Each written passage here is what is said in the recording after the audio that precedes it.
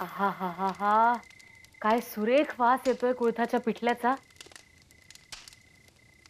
नावेच ठेवतील, पण आता तितकासा त्रास होणार नाही. कसे तोंड द्यायचे ते शिकलीये मी. वा वा वा वा वा वा वा. आहा, कितीतरी दिवसांनी कुळथाच्या पिठल्याचा वास सुटला. आहा. अहो, डांब घालून कुळथाचे पिठले केले आहे आणि गरम गरम भाकऱ्या सुद्धा आहेत. जेवून घेता का? मी पाणी घेते. कशाला? चूल बंद आंदोलन आहे ना तुमचे? इथे भुकेनं जीव जात होता तेव्हा बंद ठेवली होती ना चूल?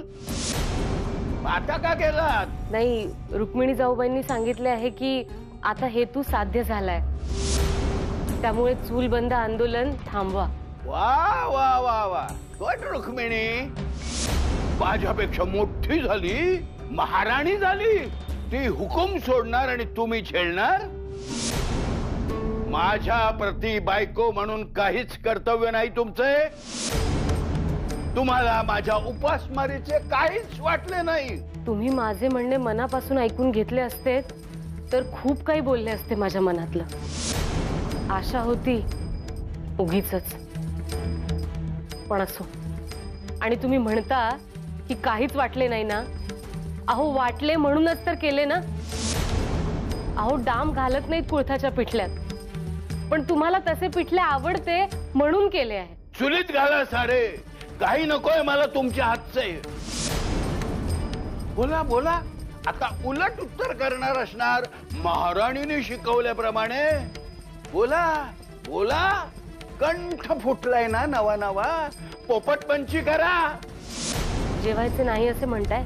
बर, जशी तुमची इच्छा. आणि उत्तराचे म्हणत असाल तर काहीच उत्तर न देणे हेच माझे उत्तर. मी जरा सान्यांकडे जाऊन येते.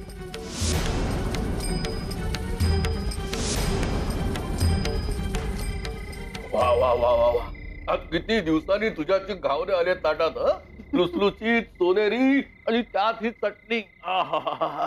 आवडले ना? म्हणजे काय, अगं त्या गोदाच्या हातचं खाऊन असा वीट आला होता.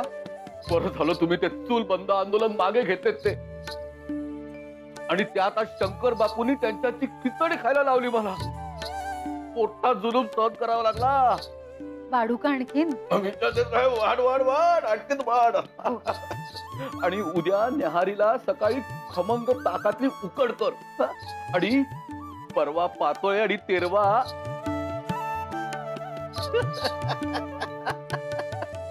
आणि मुख्य म्हणजे स्पर्धा संपली की पाटी आणि खडू अडगळच्या खोलीत देऊन टाकायची. भारी झाली हौस शिक्षणाची.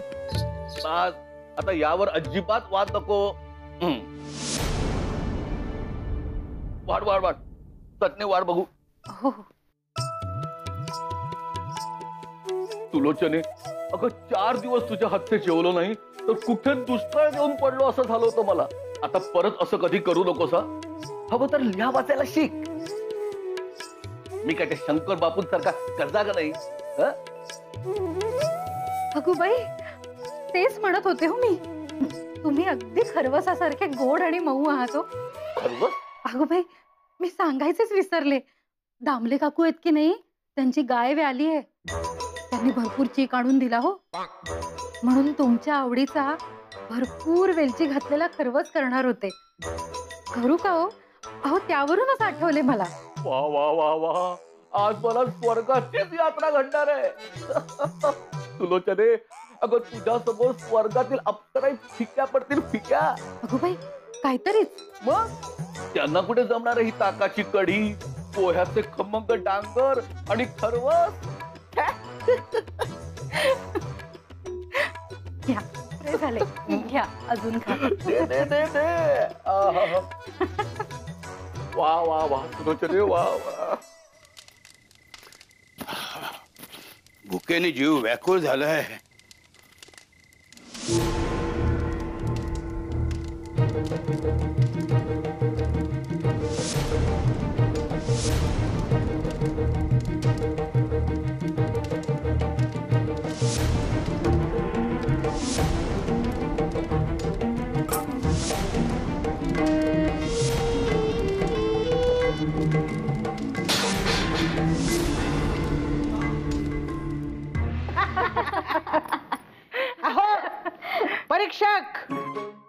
जरा हसा. अहो, परीक्षा संपली, आता हे घर आहे. एक खांबासारखी बसली आहे, हलतीये का बघा. अजिबात हसत नाही मगासपासून. पण खरे सांगू का, भारी मऊ झाली स्पर्धेत. हो ना. किती छान छान पदार्थ केले होते बायकांनी. हो तर. हो ना, मी तर दामले काकूंनी केलेलं उसाच्या रसातलं पिठलं खाल्लं हो. काय चविष्ट लागलं. हो ना, मला ना पोळे काकूंनी केलेले तिखट मोदक सगळ्यात जास्त आवडले. मला सुभद्रेचे टंबिटू आवडले. मटा मटा खायला बरे. जे आपण ते खायचे आणि कोणाचे लक्ष गेले तर आपण खाल्लेच नाही असे दाखवायचे. आहे की नाही मौज. काय गो गोदी, तू परीक्षक होतीस ना, मग निकाल सांग ना. काय तो. अगो सांग ना. सांग, कोण जिंकले सांग सांग. सांगा ना सासूबाई. छे छे, असे कसे. गुपित आहे ते. शाबास, आज कधी नव्हे ती शाण्यासारखी वागलीस हो. तसा निकाल राखूनच ठेवलाय. आता दसऱ्याला पाठीवर काय दिवे लावतायत त्यावरून ठरेल. हो, माझे तर बाई कठीणच आहे. यांची कुरकुर अजून सुरूच आहे ना. नारायण परवडला. शंकर बापूचे काय करायचे हा मोठा प्रश्न आहे.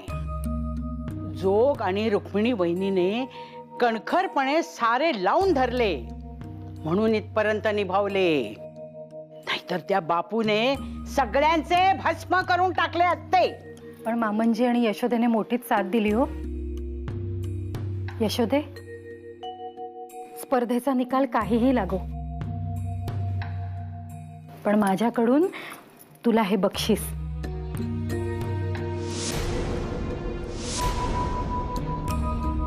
तुझ्या धडपडीसाठी.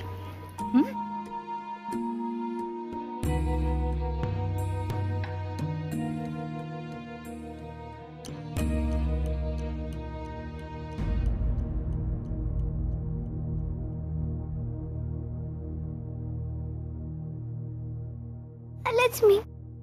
अगो,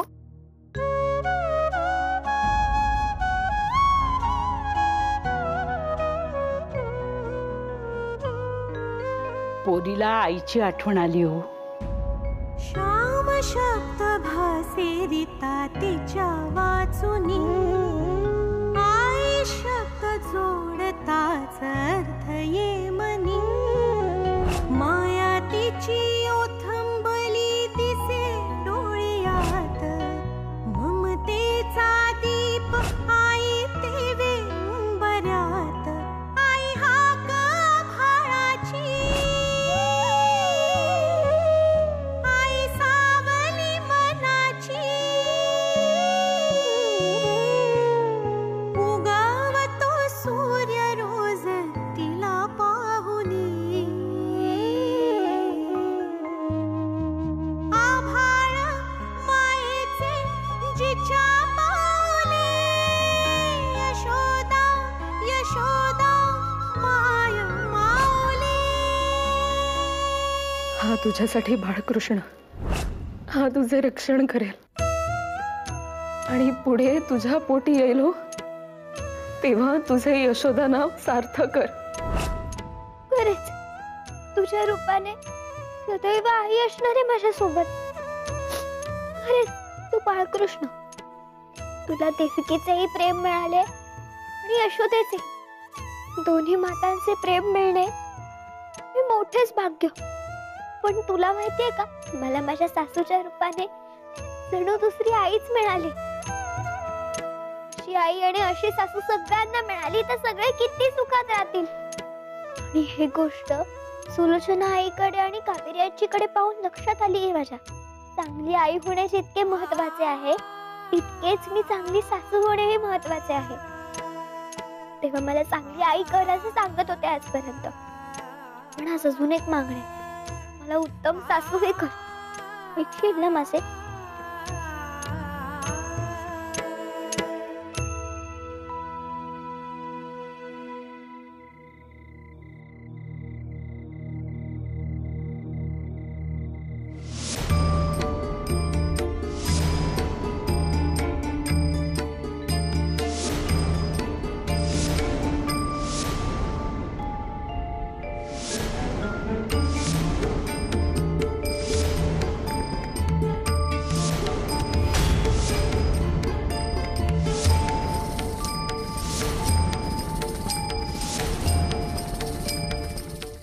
काय केलेत हे? काय केले म्हणजे? या कुंकवाचा मान तुला राखता येत नाही ते हवे कशाला कपाळाला? मी घरातला कर्ता पुरुष आहे, तुझा नवरा आहे याचा विसर पडलाय तुला.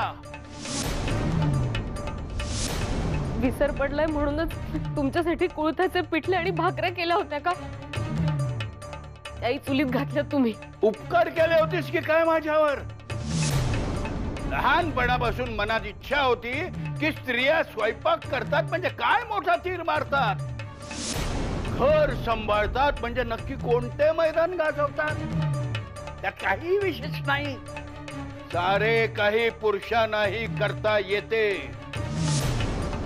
गेले 2-3 दिवस मी उपोषणाला बसलो, विरोध केला, पण माझ्या छाताडावर नाचून तुम्ही सगळ्या बायकांनी तुमचे ते खरे केलेत. गावातल्या अर्ध्या घरामध्ये आज हीच परिस्थिती आहे.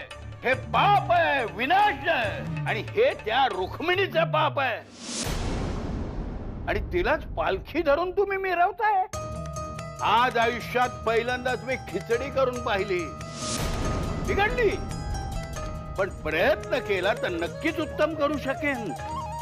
तुम्ही तिकडे स्पर्धेत रुक्मिणीच्या बुजगावण्यासारखे नाचत होतात, तेव्हा मी घरही आवरून ठेवले.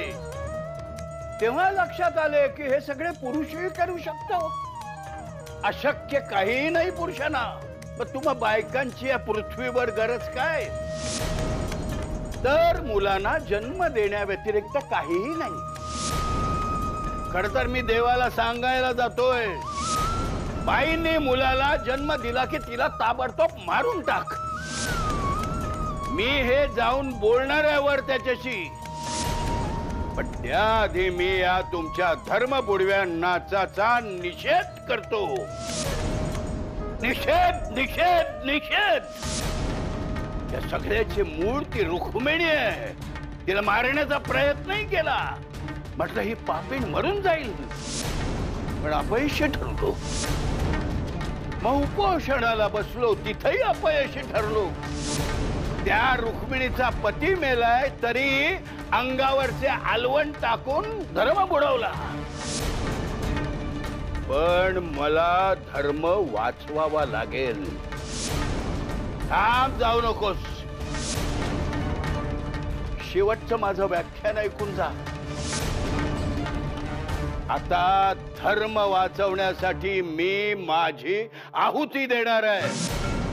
मी स्वतः मरणार आहे. दसऱ्याला बाईने पाठीवर पदार्थाचे नाव लिहायचे आहे ना, तोपर्यंत माझा संपर्क तुटेल तुम्हा सर्वांशी. माझा स्वयंपाकही मीच करणार आहे. तिकडे पाठीवर एक जरी शब्द बाईने लिहिला तर इकडे माझी यात्रा संपली म्हणून समज. बाईने हुशार झालेले आणि माझ्या समोर मिरवलेले मला पाहायचे नाहीये. त्यामुळे पुढे समाजाची घडीच बिघडणार आहे. तेव्हा आजपासूनच माझ्या नावाचे कुंकू लावू नकोस.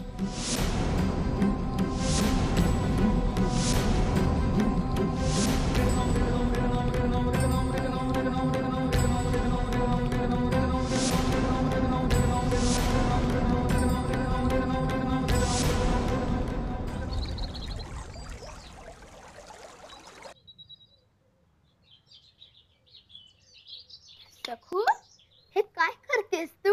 मी अ काढते. असा? अगो, असा नसतो काढायचा. असा नसतो, मी बरोबर काढते.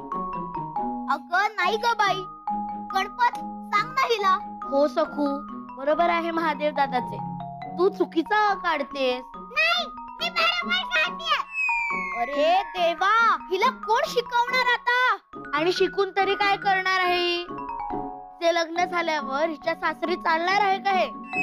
आणि ही शिकलीये म्हटल्यावर हिच्याशी लग्न तरी करेल का कोण? का? त्याचा काय संबंध? अरे म्हणजे मुलींनी शिकू नये असे मत असणारे खूप लोक आहेत या जगात, आपल्या बापूंसारखे. मग अशा लोकांचे स्थळ आले तर ते नाही म्हणणार ना शिकलेली मुलगी पाहून. मला नवराच नको, पण मी शिकणार आणि मोठी झाल्यावर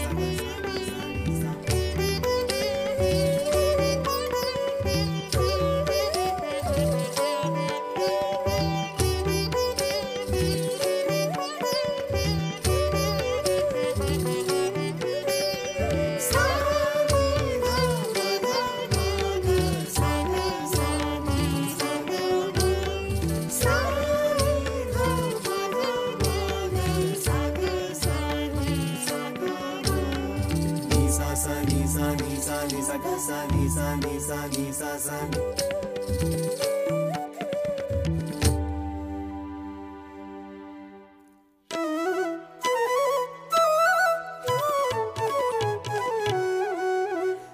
सारे रे ग सानी सारे रे ग सानी सा ग रे म ग रे सानी सा सानी सारे रे ग सानी सारे रे ग सानी सा ग रे म ग रे सानी सा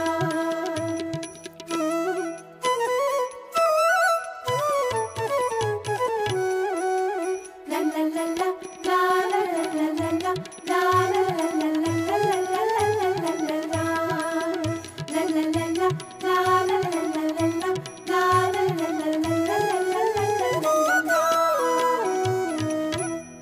ही भूमिका योग्य नाही नारायणा. गावातल्या बायका शिकल्या तर मी जीवाचे बरे वाईट करून घेईन असे म्हणणे ही एक प्रकारची धमकीच आहे शंकर बापूंची. शंकर बापूने सुभद्रा वहिनींना धमकवले आहे असे बोलून. याआधी अशीच भूमिका होती त्यांची. देवळातल्या दिव्याने स्वतःला पेटवायला निघाला होता हा माणूस, पण जबरदस्तीने जेरबंद केले तेव्हा त्याचे माथे ठिकाणावर आले. पण आता पुन्हा त्याचे माथे बहकले आहे असे दिसते. हे योग्य नाहीये. हे बघा, मी शंकर बापूंची बाजू घेत नाहीये, पण गावातल्या एका माणसाला अशी भूमिका का घ्यावी लागते याचा विचार करा. वाढ वडिलांपासून चालत आलेली परंपरा कशासाठी मोडायची? काय गरज काय त्याची? म्हणजे माणसाने प्रगती करायचीच नाही असे म्हणायचे का तुला? पण शिकण्यापासून काय अडले होते बायकांचे? सगळे सरळ सुरळीत सुखाने चालले होते ना, मग हे सारे आले कुठून मध्ये? शिक्षणाची गरजच काय म्हणतो मी. तुझ्याशी वाद घालण्यात काही अर्थच नाही. 100 वेळा झाले या विषयावर आपले बोलून, पण शंकर बापूंवर मात्र लक्ष ठेवायलाच हवं.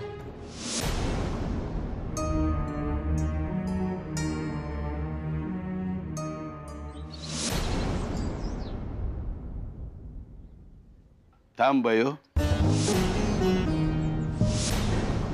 काय झाले बापू? अगं सगळा गाव आणि आपल्या घरातले लोक माझ्या विरोधात गेलेत. सगळ्यांनी मला वाळीत टाकलाय. मला तुडवून बायका देवळातल्या शाळेत गेल्या. अगो माझे मरण मी डोळ्यांनी पाहिले. आता मी नाही सहन करू शकत. आणि आता हे जर असेच सुरू राहिले आणि दसऱ्याला लिहिण्या वाचण्याचा सोहळा झाला तर मी दसऱ्याला प्राणत्याग करणार. नका ना बोलू. का नको बोलू? का? तू काय करणार आहेस माझ्यासाठी? बोल ना. मी असे बोलू नये म्हणून तू काय करणार आहेस माझ्यासाठी? शिक्षण सोडशील? बापू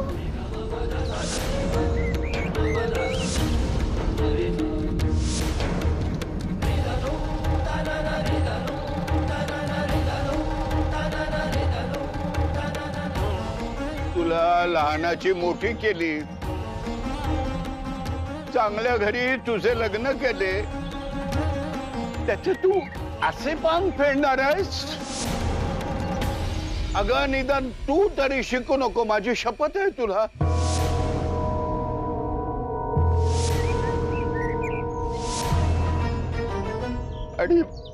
आणि माझी शपथ तू मोडणार नाहीस याची खात्री आहे मला.